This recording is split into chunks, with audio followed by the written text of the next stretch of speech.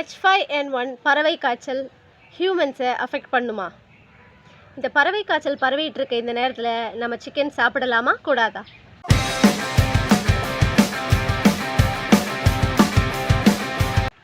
Hello everyone, இன்றைக்கி நம்ம H5N1 பறவை காய்ச்சலை பற்றி தெரிஞ்சுக்கலாம். இந்த பறவை காய்ச்சல் மனிதர்களை அஃபெக்ட் பண்ணுமா பண்ணாதா? இன்கேஸ் அஃபெக்ட் பண்ணால் நமக்கு என்ன மாதிரியான சிம்டம்ஸ் வரலாம்? யாருக்கெல்லாம் இந்த காய்ச்சல் வர்றதுக்கான வாய்ப்புகள் இருக்குது? சிக்கன், கோழி இறைச்சி சாப்பிடலாமா சாப்பிடக்கூடாதா? இதை பற்றியெல்லாம் தெரிஞ்சுக்கலாம் வாங்க. H5N1 இது இன்ஃப்ளூயன்ஸா ஏ வகையை சார்ந்த ஒரு வைரஸ் கிருமி. இது பொதுவாக பறவைகள், அதாவது கோழி, வாத்து, புறா இந்த மாதிரியான பறவைகளை தான் தாக்கும். அதனால தான் இதை ஏவியன் இன்ஃப்ளூயன்ஸா இல்லைனா பேர்ட் ஃப்ளூ அப்படின்னு சொல்கிறோம். இது ஹியூமன்ஸ் அஃபெக்ட் பண்ணுமான்னு கேட்டால் இல்லைன்னு சொல்ல முடியாது. It can affect human also, but அது ரொம்ப ரேர் கேஸ் தான். இது ஹியூமன்ஸை அஃபெக்ட் பண்ணாலும் ஒரு ஹியூமன் கிட்டேருந்து இன்னொரு ஆளுக்கு டிரான்ஸ்மிட் ஆகிறது ரொம்ப ரேர். ஆக்சுவலாக இது யாருக்கெல்லாம் வரதுக்கான வாய்ப்புகள் இருக்குதுன்னு பார்த்தீங்கன்னா, பறவைகளோட ரொம்ப க்ளோஸ் கான்டாக்டில் இருக்கிறவங்க, அதாவது பண்ணைகளில் பறவைகள், அந்த கோழி பண்ணை, வாத்து பண்ணை, இந்த மாதிரி பறவைகள் இருக்கிற பண்ணைகளில் வேலை செய்கிறவங்க, அதை சுத்தம் செய்கிறவங்க, அதுக்கு சாப்பாடு வைக்கிறவங்க, இந்த மாதிரி பறவைகளோட க்ளோஸ் கான்டாக்டில் இருக்கிறவங்களுக்கு பரவறதுக்கான வாய்ப்புகள் இருக்குது. அதுவும் அந்த பண்ணையில் இன்ஃபெக்டட் பேர்டு இருந்துச்சுன்னா, அங்கே இருக்கிற கோழிக்கோ வாத்துக்கோ ஒரு புறாவுக்கோ அந்த இன்ஃபெக்ஷன் இருக்கிற பட்சத்தில் அந்த இன்ஃபெக்டட் பேர்டோட எச்சத்தையோ இல்லை அது இறந்து போயிருக்கும்போது அதை போய் நம்ம கை வைக்கிறது, அதனால் கண்டாமினேஷன் வந்து நமக்கு அந்த இன்ஃபெக்ஷன் வரதுக்கான வாய்ப்புகள் இருக்குது. மற்றபடி human infection is extremely rare. வீட்டில் பெட் அனிமல்ஸ், அதாவது நம்ம லவ் பேர்ட்ஸோ புறாவோ கிளியோ வளர்க்குறதுனால எனக்கு பறவை காய்ச்சல் வந்துருமான்ற கேள்வி நிறைய பேருக்கு இருக்குது. ஆக்சுவலி ஒரு லவ் பேர்டோ ஒரு கிளியோ ஒரு புறாவோ உங்கள் வீட்டுக்குள்ளேயே இருக்கிற வரைக்கும் பிரச்சனை இல்லை. அது உங்கள் வீட்டில் மட்டும் இல்லாமல் வெளியே போயிட்டு வர பட்சத்தில், இப்போ புறா மாதிரியான ஒரு பறவை எல்லாம் வீட்டில் மட்டும் இல்லாமல் வெளியே போயிட்டு வரும். அப்படி வெளியே போயிட்டு வர பட்சத்தில் அந்த பர்டிகுலர் பறவை இன்னொரு இன்ஃபெக்டட் பேர்டோட எக்ஸ்க்ரீஷனுக்கு எக்ஸ்போஸ் ஆச்சுதுன்னா இந்த பறவைக்கும் அந்த இன்ஃபெக்ஷன் வரதுக்கான வாய்ப்புகள் இருக்குது. அப்படி இருக்க பட்சத்தில் அது திருப்பி நம்ம வீட்டில் வந்து இருக்கும்போது நம்ம அதை ஹேண்டில் பண்ணும்போது அந்த இன்ஃபெக்ஷன் நமக்கும் வரலாம். மற்றபடி வீட்டுக்குள்ளேயே இருக்கிற ஒரு பறவையால் நமக்கு இந்த பறவை காய்ச்சல் வரதுக்கான வாய்ப்புகள் இல்லை. இந்த ஃப்ளூ ஸ்ப்ரெட் ஆகிட்டு இருக்க இந்த நேரத்தில் நம்ம சிக்கன் சாப்பிடலாமா கூடாதா? இந்த கேள்வி தான் நிறைய பேர் மனசில் ஓடிட்டுருக்கு. நிறைய பேஷண்ட்ஸ் கேட்கவும் செய்கிறாங்க. ஆக்சுவலி நம்ம தாராளமாக சிக்கன் சாப்பிடலாம், ஆனால் எப்படி சாப்பிட்லான்னா அது நல்லா குக் பண்ணி சாப்பிடணும். ஹாஃப் பாயில்டு மீட்டாக நம்ம எடுத்துக்கும் போது அந்த இன்ஃபெக்ஷன் நமக்கு வரதுக்கு, இன்கேஸ் அந்த நம்ம சாப்பிடக்கூடிய அந்த பர்டிகுலர் கோழி அதுக்கு அந்த இன்ஃபெக்ஷன் இருந்துச்சுன்னா நம்ம ஹாஃப் பாயில்டாக அரைகுறையாக வேக வச்சு அதை நம்ம சாப்பிடும்போது அந்த இன்ஃபெக்ஷன் நமக்கும் வரலாம். அதே இது நம்ம நல்லா குக் பண்ணி சாப்பிட்ற பட்சத்தில், நல்லா க்ளீன் பண்ணி நல்லா குக் பண்ணி சாப்பிட்ற பட்சத்தில் நமக்கு அந்த பயம் தேவையில்லை. நம்ம தாராளமாக வெல் குக்டு சிக்கன் சாப்பிடலாம்.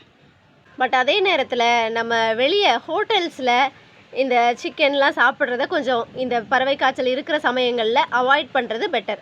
அவங்க நம்ம வீட்டில் செய்கிற அளவுக்கு அந்த அளவுக்கு சுத்தமாக க்ளீன் பண்ணுவாங்களான்னு தெரியாது. அந்த இறைச்சிகளை நல்லா வேக வச்சு தரதும் சந்தேகம்தான். ஸோ இந்த ஃப்ளூவோட ஸ்ப்ரெட்டு குறையிற வரைக்கும் நம்ம ஹோட்டல்ஸில் ஃபாஸ்ட் ஃபுட்டில் சிக்கனோ இல்லை வாத்துக்கறி இந்த மாதிரி பறவைகளை உணவாக எடுத்துக்கிறத அவாய்ட் பண்ணுறது நல்லது.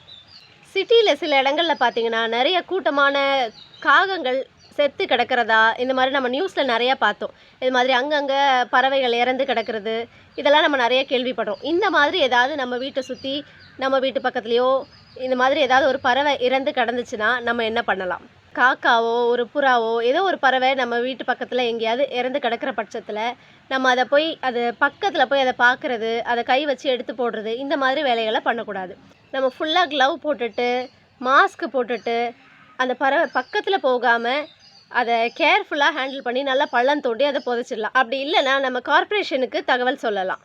இன்கேஸ் இந்த பறவை காய்ச்சல் நமக்கு வந்துச்சுன்னா என்னெல்லாம் சிம்டம்ஸ் இருக்கும்னு பார்த்தீங்கன்னா, ஹை கிரேட் ஃபீவர் இருக்கும், சிவியர் பாடி பெயின் இருக்கும், டயர்ட்னஸ் இருக்கும், ஹெட்டேக் இருக்கும், த்ரோட் பெயின் இருக்கும், சம் ரேர் கேசஸில் நிமோனியானால் ப்ரீதிங் டிஃபிகல்ட்டியும் இருக்கலாம். பட் நார்மலாக சும்மா ஒரு குழந்தை ஸ்கூலுக்கு போயிட்டு வருது, ஒரு ஃபீவர் வருது அப்படின்ற பட்சத்தில் பறவை காய்ச்சலாக இருக்குமோ அப்படின்ற பயம்லாம் நமக்கு வேண்டாம். காய்ச்சல் வரத்துக்கு முன்னாடி நம்ம இந்த பறவைகளோட ஏதாவது கான்டாக்டில் இருந்தோமா, அதாவது எங்கேயாவது பறவைகள் செத்து கிடக்கிறத நம்ம தாண்டி வந்தோமா, அதை கையெடுத்து தூக்கி போட்டோமா, இல்லை ஹாஃப் குக்டு மீட் ஏதாவது நம்ம சாப்பிட்டோமா, இந்த மாதிரி ஏதாவது நம்ம பண்ணியிருந்தோம் அப்படின்னா இந்த ஃபீவர் வந்தால் நமக்கு பறவை காய்ச்சலாக இருக்கலாமா அப்படின்னு நீங்கள் சந்தேகப்படலாம்.